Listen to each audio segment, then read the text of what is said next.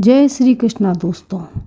आज मैं आपको एक ऐसी कहानी के बारे में बताऊंगी जिसमें हम जान पाएंगे कि कैसे गणेश जी की उत्पत्ति हुई और वे क्यों सर्वप्रथम पूजनीय है। और यह कहानी गणेश चतुर्थी पर सुनने से हमें बहुत ही पुण्य की प्राप्ति होती है।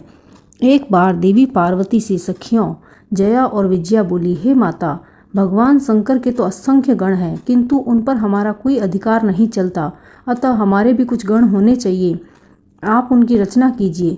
एक दिन देवी पार्वती स्नान कर रही थी। द्वार पर नंदीश्वर बैठे थे। उसी समय महादेव अंदर आ गए। इससे देवी पार्वती जी बड़ी लज्जित हुई। उसी समय देवी पार्वती को सखियों की बात याद आ गई और उन्होंने सोचा कि उनके भी गण होने चाहिए। इस पर वे स्नान करते हुए अपने शरीर के उपटन से एक सुंदर बच्चा बनाने लगी। जब वह बच्चा बन गया तो उन्होंने उसे वस्त्र पहनाकर द्वार पर बैठा दिया और उनसे कहा कि तुम मेरे पुत्र हो और ध्यान रखना कि मेरी आज्ञा के बिना कोई भी अंदर प्रवेश न कर पाए। उस बच्चे का नाम गणेश रखा गया। तत्पश्चात जब गणेश द्वार पर बैठे थे तब महादेव जी अंदर जाने लगे तो गणेश जी ने महादेव जी को अंदर जाने से रोक दिया। गणेश जी ने कहा कि माता जी स्नान कर रही है, उनकी आज्ञा है कि कोई अंदर न आने पाए। इससे शिव जी क्रोधित हो उठे। महादेव जी के गण गणेश जी को हटाने के लिए आए। तब गणेश जी ने उन गणों से कहा कि मेरा विरोध न करो और यहाँ से भाग जाओ। गणों ने कहा कि हम महादेव जी के गण हैं। तब गणेश जी ने भी क्रोध में कहा कि तुम महादेव जी के गण हो तो मैं भी माता पार्वती का गण हूँ। महादेव जी के गणों ने सोचा कि यह तो माता पार्वती जी के गण हैं, इनसे युद्ध सही नहीं होगा, और वे लौट गए। गणों के लौटने पर शिवजी ने अपने गणों को पुनः यह कहकर भेजा कि द्वार पर जो कोई हो उसे वहां से हटा दिया जाए, परंतु इस बार भी गणेश जी ने उन्हें पुनः लौटा दिया। देवी पार्वती ने बाहर शोर सुनकर सखी को पता लगाने भेजा कि बाहर क्या हो रहा है। फिर सखी ने बाहर जाकर पता कर सारा वृत्तांत पार्वती जी को बताया। तब पार्वती जी हंसने लगी और कहा कि गणेश जी ने ठीक किया जो शंकर जी को रोक दिया, नहीं तो वे बिना बताए अंदर चले आते हैं। शिवजी ने फिर से अपने गणों को आदेश दिया कि तुम उस गण से युद्ध करो। फिर सांसारिक लीला करने वाले शंकर भगवान मौन हो गए। महादेव जी की आज्ञा पाकर उनके गण गणेश जी से युद्ध करने लगे, परंतु वे गणेश जी का कुछ भी न बिगाड़ सके। गणेश जी ने गणों को मारकर भगा दिया। देवता लोग महादेव जी के पास आए और इस युद्ध का कारण पूछा तो महादेव जी ने उनको पूरा वृत्तांत बताया। महादेव जी ने कहा कि यदि ब्रह्मा जी चाहें तो इस समस्या का निवारण कर सकते हैं। ब्रह्मा जी गणेश जी को समझाने के लिए गए तो गणेश जी उनकी दाढ़ी और मूछ नोचने लगे। ब्रह्मा जी ने गणेश जी से विनती की कि मैं वृद्ध हूँ, पर गणेश के न मानने पर ब्रह्मा जी शिव जी के पास लौट आए और उन्हें अपने साथ गणेश जी द्वारा किए गए व्यवहार के बारे में बताया। ब्रह्मा जी की बात सुनकर महादेव जी क्रोधित हो गए। शिव जी के सभी गणों और कार्तिकेय को गणेश जी ने युद्ध में हरा दिया। तब भगवान शंकर स्वयं गणेश से युद्ध करने पहुंचे। विष्णु भगवान भी अपनी सेना लेकर उनके साथ चल दिए। महादेव जी उस बालक से युद्ध करने आए और काफी समय तक युद्ध किया।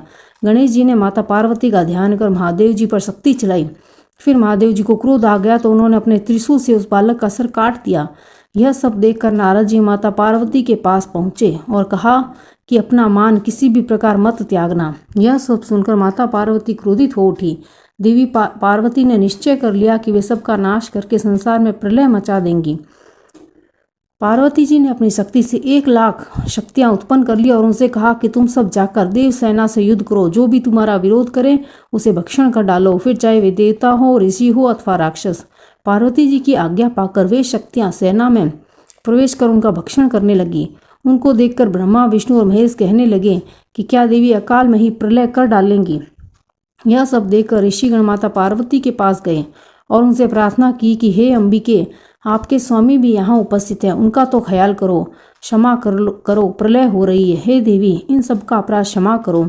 इस पर देवी चंडिका बोली, यदि आप मेरे पुत्र को जीवित करो और उसे पूजनीय बनाओ तो यह संहार रुक सकता है। देवी भगवती की बात सुनकर सब देवताओं ने महादेव जी से गणेश को जीवित करने की प्रार्थना की। शिवजी देवताओं से बोले कि तुम सब उत्तर दिशा में जाओ और जो सबसे पहले मिले उसका सिर काट कर लाओ और उसे गणेश के धड़ पर जोड़ दो, इससे गणेश जीवित हो जाएगा। शिवजी की आज्ञा से सभी देवता उत्तर दिशा की ओर चल पड़े।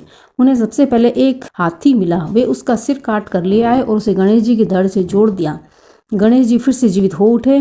गणेश जी को जीवित देखकर सभी देवता प्रसन्न पूर्वक उन्हें देवी पार्वती के पास ले गए। पार्वती जी अपने पुत्र को जीवित देखकर प्रसन्न हो गई। पार्वती जी बालक गणेश को अपनी दोनों भुजाओं में भरकर प्यार करने लगी। सभी देवताओं ने बालक गणेश की पूजा की। देवी पार्वती जी ने गणेश को आशीर्वाद दिया, हे पुत्र, तुम्हारे मस्तक पर सिंदूरी निशान है, अतः सब तुम्हें सिंदूर से पूजा करेंगे। तुम्हें सभी प्रकार की सिद्धियां भी प्राप्त होंगी। तुम्हारी पूजा से सभी प्रकार की विघ्न और बाधाएं समाप्त हो जाएगी। महादेव जी ने गणेश जी के सिर पर हाथ रखकर कहा कि यह मेरा दूसरा पुत्र है। गणेश जी ने महादेव जी के चरणों को प्रणाम किया। सभी देवताओं ने गणेश जी से क्षमा याचना की। ब्रह्मा, विष्णु, महेश सभी त्रिदेवों ने गणेश को सबके पूजनीय और गणनाथ होने का आशीर्वाद प्रदान किया। उन्होंने कहा कि मनुष्य सबसे पहले गणेश की पूजा करेंगे, इसके बाद हमारी पूजा करेंगे। सबसे पहले शिवजी ने मांगलिक वस्तुओं से गणेश जी की पूजा की। फिर विष्णु भगवान और ब्रह्मा जी और पार्वती जी ने भी गणेश जी की पूजा की।